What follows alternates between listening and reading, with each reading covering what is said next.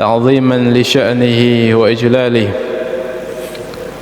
وأشهد أن محمدا عبده ورسوله الداعي إلى رضوانه صلوات الله وسلامه عليه وعلى آله وإخوانه أما بعد إخواني في الدين أعزني الله وإياكم أجمعين.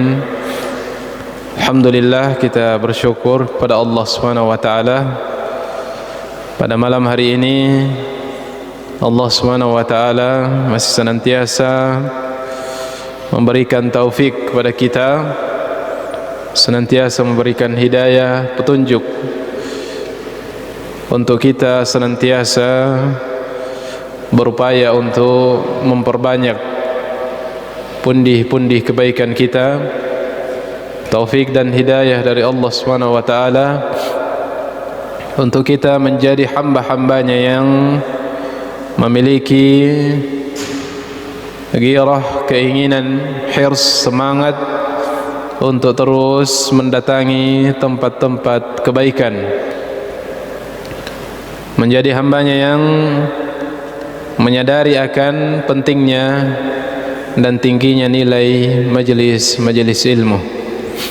Karena begitu banyak dari hamba Allah Subhanahu wa taala yang diharamkan dari nikmat tersebut. Begitu banyak dari hamba Allah Subhanahu wa taala yang terhalangi dari nikmat yang sangat berharga ini, menjadi hamba yang menyadari akan pentingnya majelis ilmu.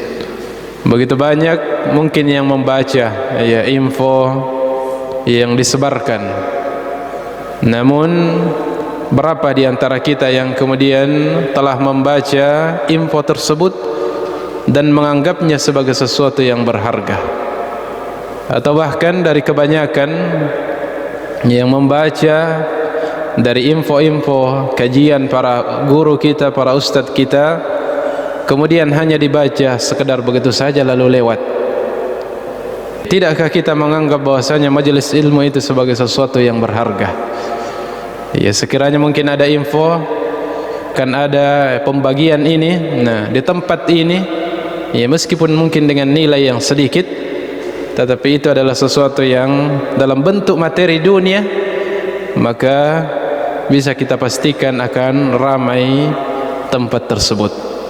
Akan tetapi ketika undangan tersebut adalah undangan dalam bentuk mengajak kepada kemuliaan, mengajak kepada kebahagiaan di negeri akhirat, dalam bentuk ketaatan kepada Allah Subhanahu wa taala dalam bentuk majelis ilmu, maka akan 1001 alasan untuk menjadi penghalang kita untuk menghadiri panggilan tersebut.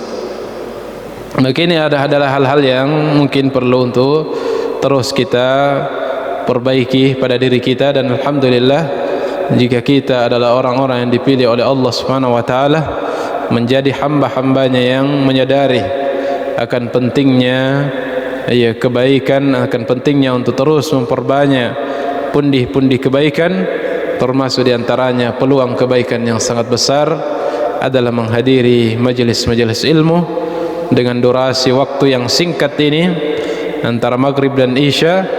Akan tetapi ketika kita membaca hadis-hadis Nabi sallallahu alaihi wasallam dan ayat-ayat Allah Subhanahu wa taala tentang keutamaan yang akan didapatkan oleh orang-orang yang berada di majelis ilmu dalam durasi waktu yang singkat antara maghrib dan isya, maka tentu kita akan mendapati begitu banyak janji-janji ketaatan, keutamaan-keutamaan besar yang didapatkan oleh orang-orang yang berada dalam majelis ilmu tersebut.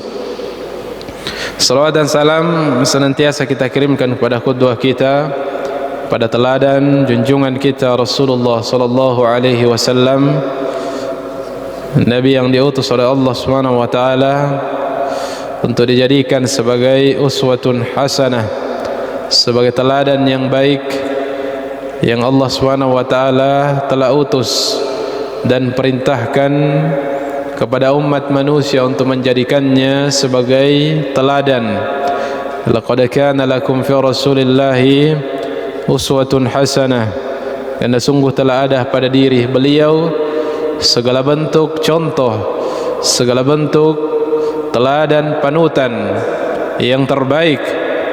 Liman kana yarjullaha wal yawmal akhir, bagi siapa saja yang ingin kebahagiaan saat berjumpa dengan Allah Subhanahu wa taala dan kebahagiaan di negeri akhirat kelak.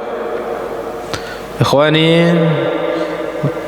wa ahibbati fid din, azani Allah wa iyyakum ajma'in. Ikhwani fid din, azani Allah wa iyyakum ajma'in. Kita lanjutkan pembahasan kita masih pada pembahasan at-tarhib, yaitu peringatan Nabi sallallahu alaihi wasallam dan penegasan beliau terhadap umatnya untuk berhati-hati dan menghindari perkara-perkara yang tidak ada contohnya di dalam tuntunan agama kita, atau perbuatan-perbuatan atau sesuatu yang disandarkan, dilabelkan kepada agama dan dianggap sebagai satu bentuk kebaikan dan ketaatan dalam agama, akan tetapi tidak ada landasannya dari Nabi sallallahu alaihi wasallam. Dan sebelumnya kita sudah sebutkan dan membacakan beberapa hadis dari bab tentang motivasi Nabi sallallahu alaihi wasallam terhadap umatnya, bahwasanya semestinya umat dari Nabi sallallahu alaihi wasallam sikap yang tepat yang mesti mereka lakukan adalah berpegang teguh pada sunnah dari Nabi sallallahu alaihi wasallam. Rasulullah merintahkan untuk umatnya, alaikum bisunnati, hendaknya kalian berpegang teguh kepada sunnahku, wa sunnati khulafair rasyidin, begitupun jalan dan sunnah pada para khalifah pemimpin setelah beliau, Abu Bakar, Umar, Uthman wa Ali, addu alaiha bin nawajid, dan pegang teguhlah sunnah tersebut, ya gigilah dengan peganglah, atau ya cengkram pegang dengan gigi geraham kalian. Wa iyyakum wa muhdatsatil umur, dan setelah itu Nabi SAW memperingati untuk umatnya untuk tidak membuat perkara-perkara yang baru yang kemudian disandarkan kepada agama ini, yang kemudian tidak ada landasannya, tidak ada asalnya dalam syariat yang dibawa oleh Nabi sallallahu alaihi wasallam. Kita sudah membacakan beberapa hadis sebelumnya tentang peringatan dan penegasan Nabi sallallahu alaihi wasallam untuk umatnya agar tidak melakukan perkara-perkara yang tidak ada tuntunannya di dalam agama ini.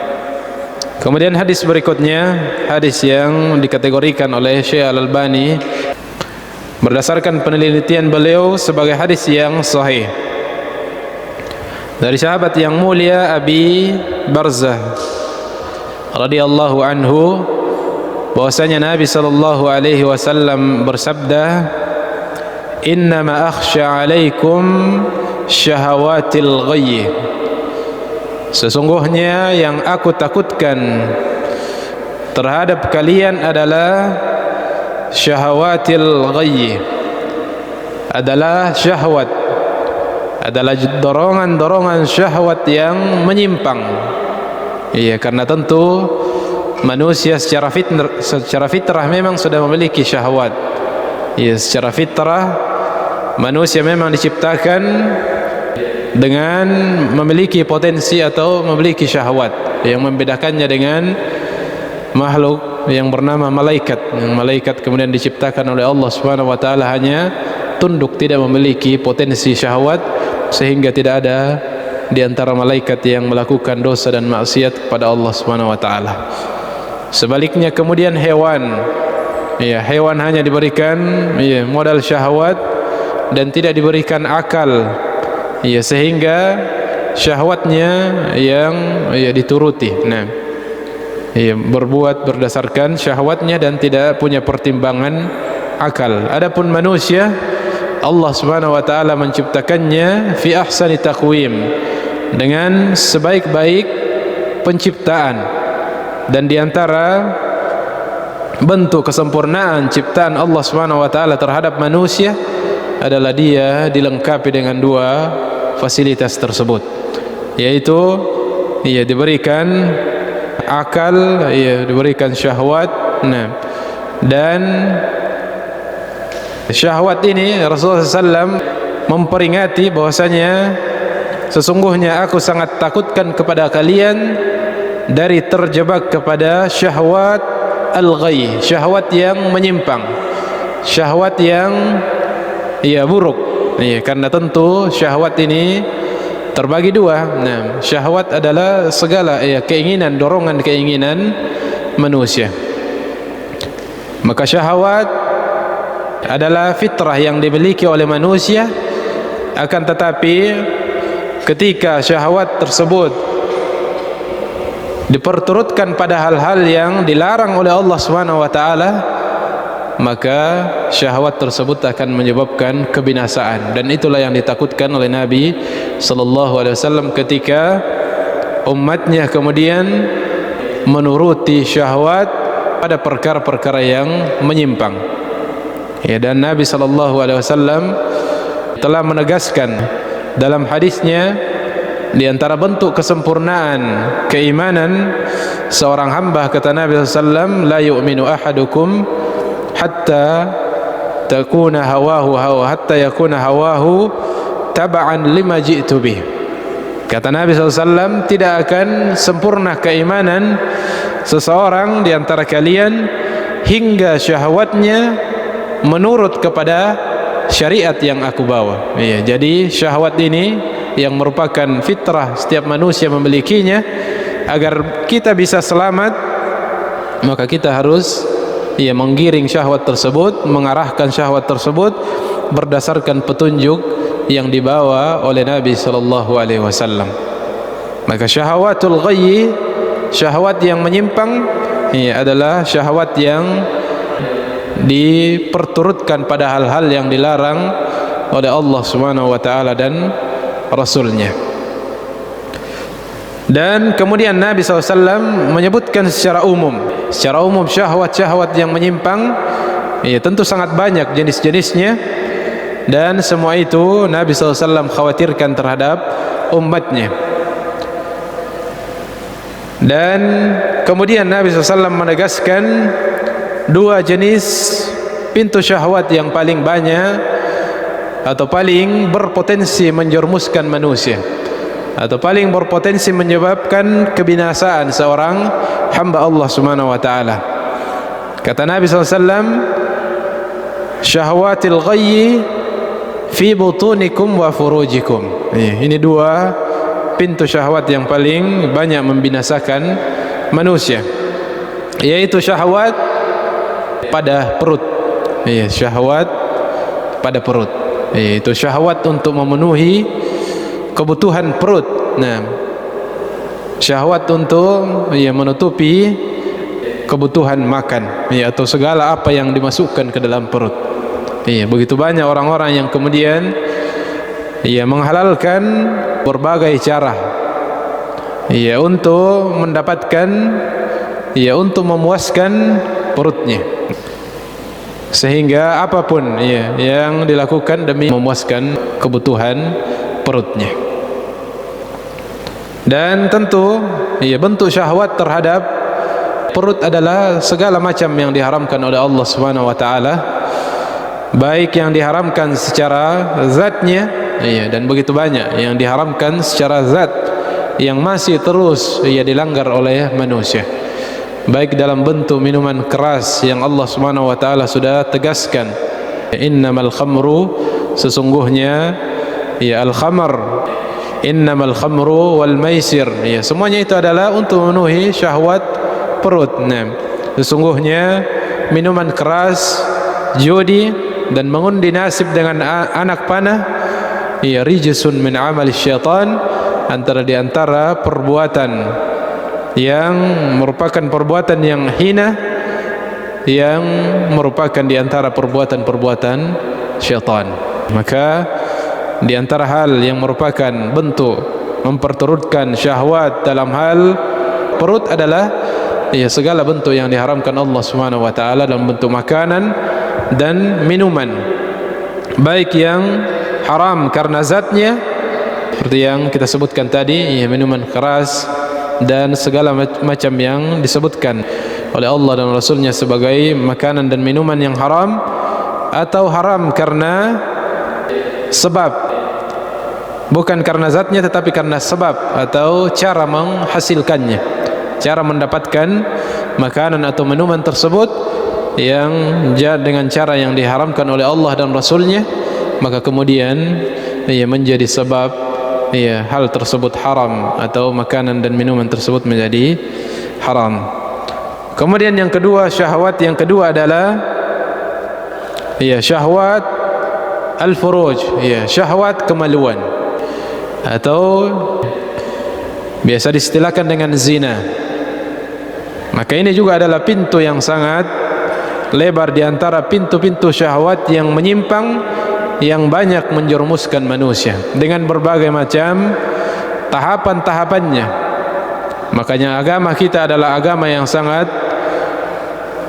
selektif, agama yang sangat menutup rapat-rapat segala bentuk celah dan pintu-pintu yang bisa mengantarkan kepada az-zina atau kepada syahwat kemaluan tersebut.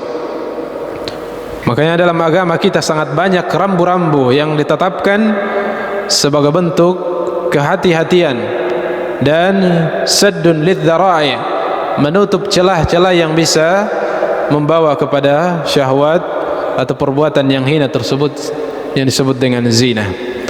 Sebagaimana firman Allah Subhanahu wa taala yang masyhur, ya ayyuhalladzina amanu la taqrabuz zina atau la taqrabuz zina innahu kana fahishatan wa sa'a sabila. Wahai orang-orang yang beriman, janganlah kalian mendekati. Jadi jangan mendekati, menunjukkan perkara yang berbahaya. Kalau ada sesuatu tertulis jangan mendekat, berarti di tempat tersebut ada sesuatu yang berbahaya.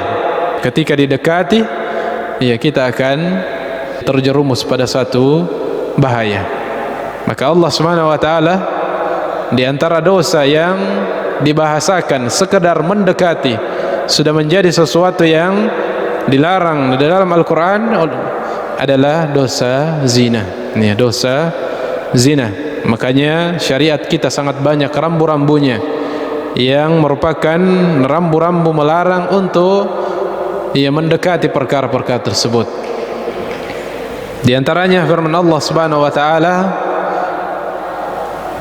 kullil mu'minin yaghuddu min absarihim. Di antara rambu-rambu tersebut adalah firman Allah Subhanahu wa taala, katakan kepada orang-orang yang beriman, laki-laki yang beriman, untuk menjaga pandangan, untuk menjaga pandangannya. Wa yahfazu furujahum, dan menjaga kehormatannya, menjaga kemaluannya. Pandangan adalah, kata Nabi SAW, sahmun masmumun min sihami iblis. Kata Nabi SAW, pandangan adalah anak panah beracun di antara anak panah iblis yang dilontarkan kepada manusia untuk menjerumuskan manusia kepada fitnah syahwat tersebut. Wa kullil mu'minat, begitupun sebaliknya. Tidak hanya laki-laki yang diperintahkan untuk membatasi pandangannya kepada lawan jenisnya, tetapi sebaliknya juga.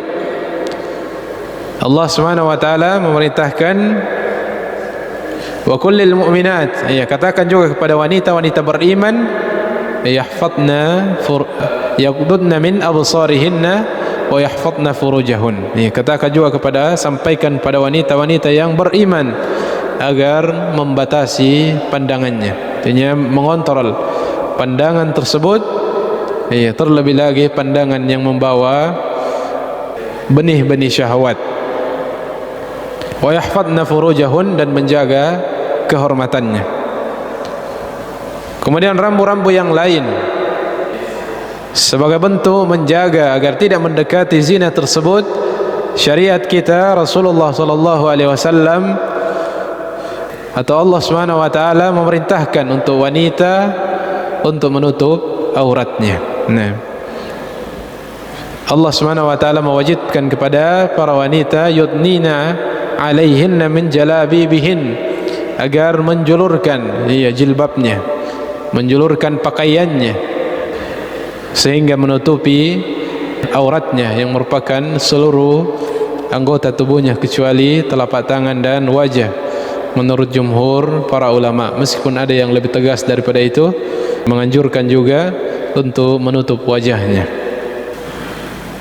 Begitu laki-laki. Nah, laki-laki juga punya aurat dengan batasan yang lebih sedikit tentunya.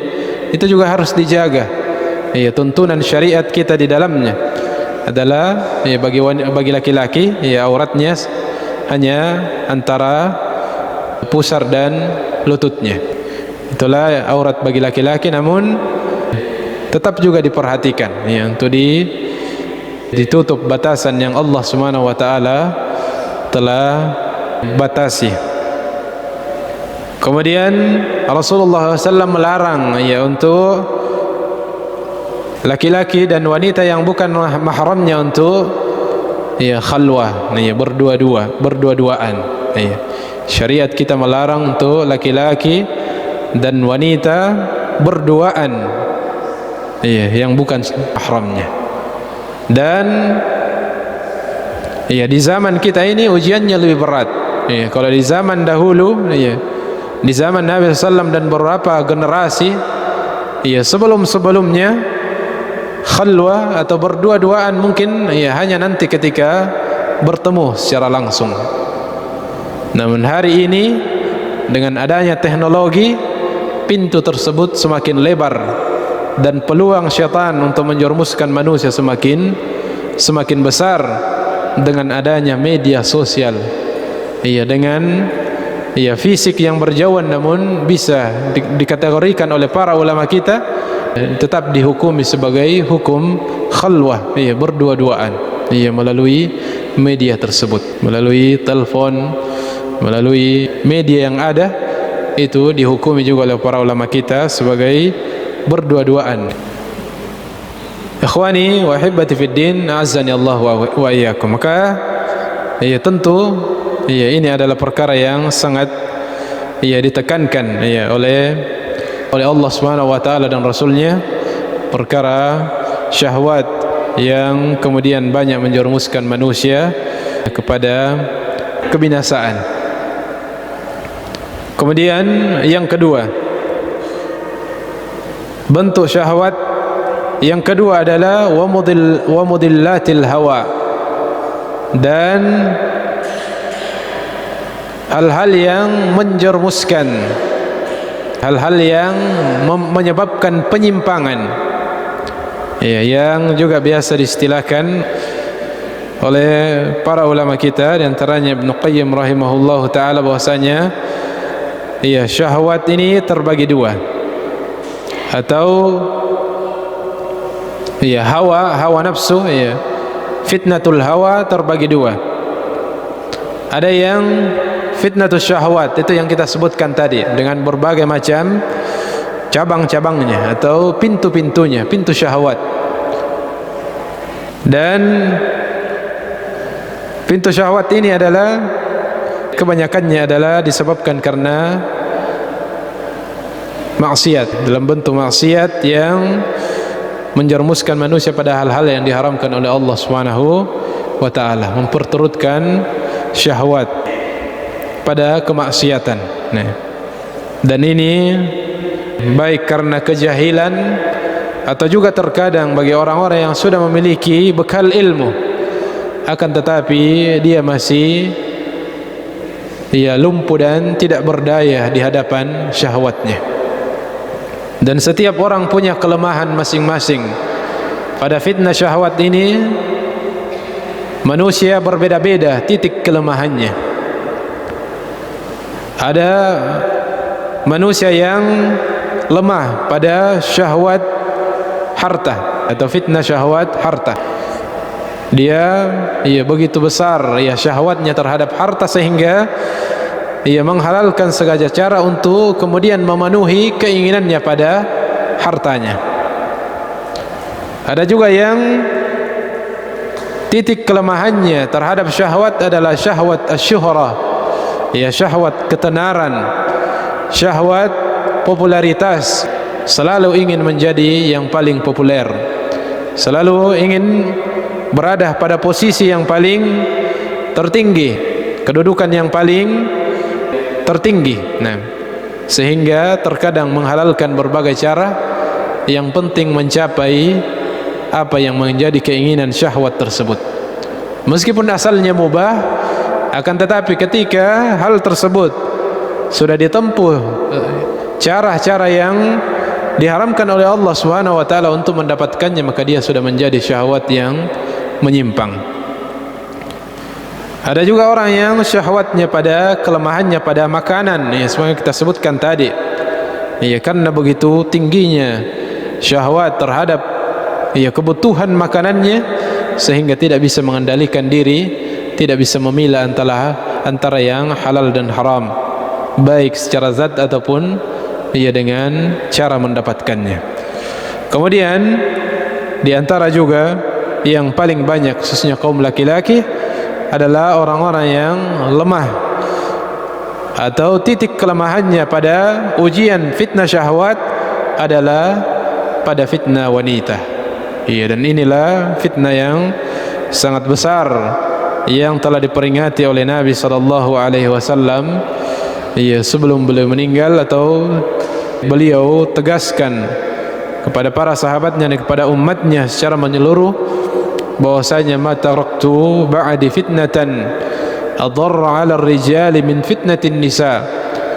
Kata Nabi SAW, tidaklah aku tinggalkan terhadap umatku ini fitnah atau hal yang paling berpotensi membinasakan, menjadi sebab kebinasaan seorang lelaki, melebihi dahsyatnya fitnah wanita. Dahsyatnya fitnah wanita. Dan ini Nabi SAW sampaikan di zaman yang mana fitnah wanita masih sangat jauh dari fitnah yang ada pada hari ini.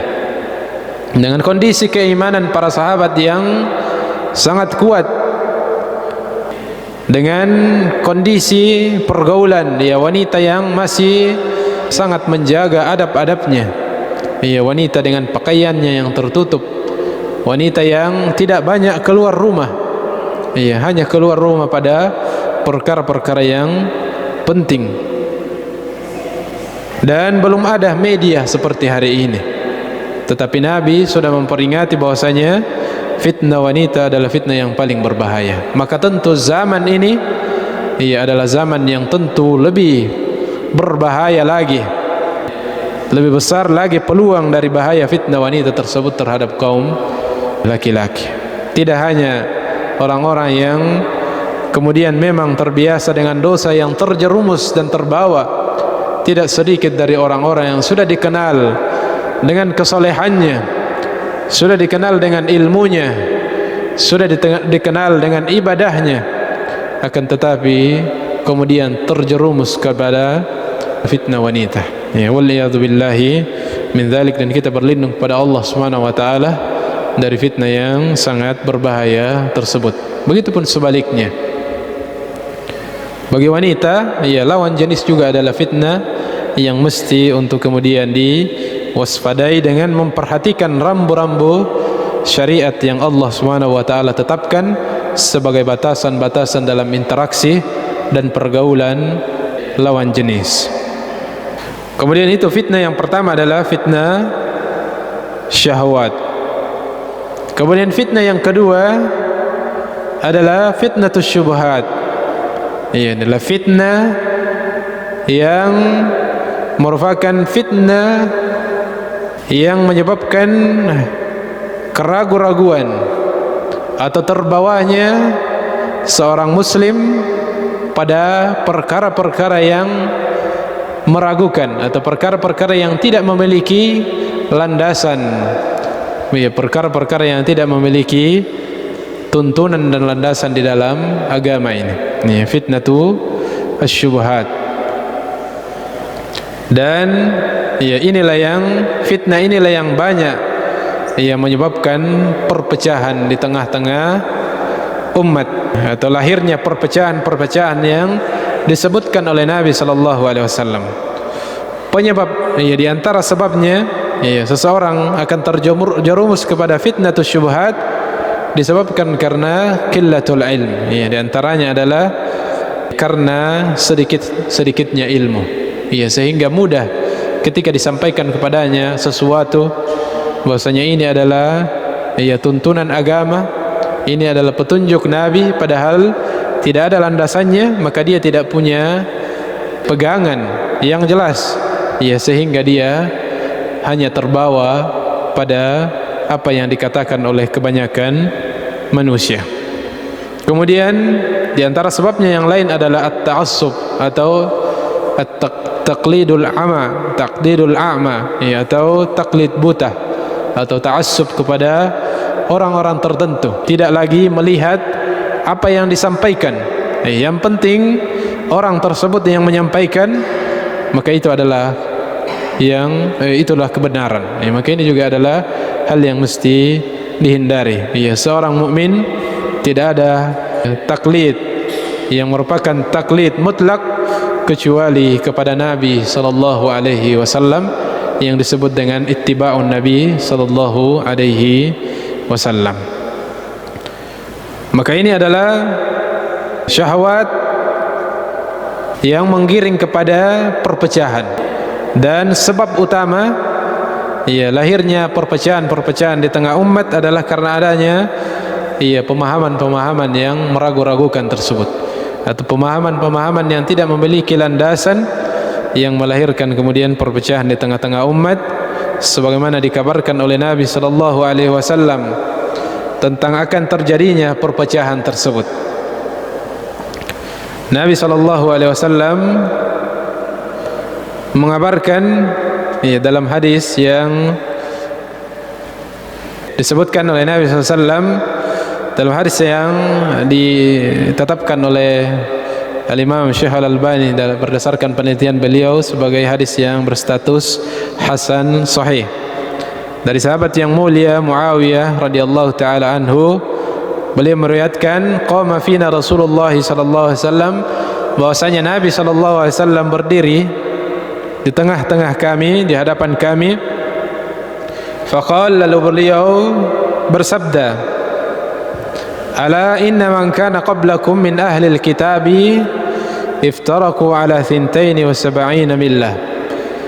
Sesungguhnya orang-orang terdahulu di antara kalian dari golongan ahli kitab, yaitu orang Yahudi, golongan orang Yahudi dan Nasrani, mereka terpecah menjadi 72 golongan. Dan dalam riwayat yang lain, Al-Yahud, orang-orang Yahudi terpecah kepada 73 golongan, dan orang Nasrani terpecah pada 72 golongan. Wa inna hadhil ummah, dan kata Nabi SAW, dan sesungguhnya umat ini sataftariku ala, orang-orang Yahudi terpecah pada 72 golongan dan orang-orang Nasrani pada 71 golongan. Dan sataftariku hadhil ummah, dan umat Islam, umat Nabi SAW, kata Nabi SAW, beliau mengabarkan bahwasanya akan terpecah ala 73, bahkan terpecah sampai 73 golongan. Dan perpecahan ini terjadi itu dikarenakan karena fitnah syubhat tadi. Lahirnya pemahaman-pemahaman yang menyelisihi apa yang dibawa oleh Nabi sallallahu alaihi wasallam. Maka setiap jalan tersebut mengajak, setiap jalan-jalan yang terdapat di dalamnya penyimpangan tersebut mengajak manusia pada jalan tersebut. Itulah disebut dengan firqah-firqah tersebut. Akan tetapi perlu dipahami bahwasanya firqah-firqah ini tidak keluar dari keislamannya. Tidak keluar dari status keislamannya, karena Nabi sallallahu alaihi wasallam masih menamainya sebagai umat ini, artinya masih dalam kategori sebagai umat Islam. Akan tetapi terdapat penyimpangan-penyimpangan pada golongan-golongan tersebut. Iya, terdapat penyimpangan dan tentu berlevel-level tingkat penyimpangannya. Nih, ada yang banyak penyimpangannya, ada yang sedikit, ada yang berat, ada yang penyimpangan-penyimpangan ringan. Iya, tergantung sejauh mana dia menyelisihi sunnah Nabi SAW, dan masing-masing golongan tersebut dia memiliki pengikut-pengikutnya. Dan tentu golongan yang dimaksud bukanlah dengan nama-nama berdasarkan, bukanlah dinilai berdasarkan ormasnya, atau bukanlah dinilai berdasarkan yayasannya atau jamaah-jamaah tertentu, akan tetapi golongan-golongan tersebut dinilai berdasarkan pemahamannya, berdasarkan pemahaman-pemahaman yang ada di dalamnya, dan sejauh mana kadar penyimpangan-penyimpangan yang ada di dalamnya. Kata Nabi SAW, "Thintani wa sab'ina finnar." Ada 72 golongan dari golongan-golongan dari kaum muslimin tersebut yang akan masuk ke dalam neraka. Ini kata Nabi SAW dalam hadis yang sahih, bahwasanya 72 golongan dari golongan-golongan umat tersebut akan masuk ke dalam neraka. Waliyadzubillah. Akan tetapi dukhulahum, masuknya ke dalam neraka bukan masuk yang kekal, bukan masuk neraka dan kekal di dalamnya. Akan tetapi masuk, kata para ulama kita dalam menjelaskan hal tersebut, adalah masuk ke dalam neraka untuk mendapatkan siksaan berdasarkan kadar penyimpangan dalam keyakinan atau penyimpangan dalam ibadah-ibadah yang mereka telah kerjakan. Jadi berdasarkan penyimpangan dari setiap golongan-golongan tersebut, dan bukanlah dikategorikan bahwasanya mereka akan kekal di dalam neraka. Karena tentu sebagaimana yang kita pahami dan dipahami oleh ahlus sunnah wal jamaah, bahwasanya orang yang masuk ke dalam neraka itu berapa kondisinya. Ada yang masuk sementara, artinya masuk disiksa berdasarkan kadar dosanya lalu dikeluarkan, dan ada juga yang masuk ke dalam neraka dan kekal di dalamnya. Waliyadzubillah. Itulah orang-orang yang musyrik, kafir kepada Allah Subhanahu wa taala. Wa wahidatun fil jannah. Dan hanya satu dari 73 golongan tersebut yang masuk syurga, dalam artian dukhulan awwaliyan, masuk ke dalam syurga secara tanpa melalui neraka terlebih dahulu. Masuk ke dalam syurga tanpa melalui neraka terlebih dahulu. Ini menunjukkan pentingnya untuk kita memperkuat ittiba' kita kepada Rasulullah SAW. Jangan kita hanya berpatokan pada kita sudah bergabung dengan jamaah tertentu. Jangan kita membanggakan jamaah kita bahwasanya jamaah kita lah yang akan selamat, dan jamaah-jamaah yang lainnya tidak ada yang selamat. Makanya tidak boleh, dan bahaya. Banyak dari kaum muslimin yang kemudian mengklaim dirinya. Tidak ada yang disebutkan oleh Nabi SAW bahwasanya ini jamaah khusus yang akan masuk ke dalam syurga, dan jamaah yang satu ini atau golongan yang satu ini diistilahkan oleh para ulama kita sebagai al-firqatun najiyah, golongan yang selamat. Maka tidak boleh satu golongan tertentu dari golongan-golongan kaum muslimin kemudian mengklaim dirinya bahwasanya hanya dialah yang masuk syurga dan yang lainnya kemudian di neraka. Yang penting bagi kita adalah sejauh mana kita berpegang teguh dengan sunnah Nabi SAW, sambil kita memiliki harapan besar dan kita berprasangka baik kepada Allah Subhanahu wa taala bahwa kita lah yang akan masuk pada golongan yang selamat tersebut, yang kemudian tanpa melalui proses di neraka dan langsung dimasukkan ke surga Allah Subhanahu wa taala. Semoga kita semuanya adalah orang-orang yang dikategorikan pada golongan tersebut, yaitu dengan kita bersungguh-sungguh untuk senantiasa at-tamassuk, senantiasa ittiba', berpegang teguh dengan sunnah Nabi sallallahu alaihi wasallam dan berhati-hati dan menjaga diri dari segala perkara-perkara yang kemudian disandarkan sebagai bagian dari urusan atau syariat agama ini, akan tetapi tidak ada tuntunannya, maka kita tinggalkan perkara-perkara tersebut. Kita cukupkan dengan apa yang Nabi SAW telah bawa. Kita cukupkan dengan sunnah Nabi SAW yang sudah sangat lengkap. Tinggal kita berupaya untuk menjalankan sunnah-sunnah tersebut.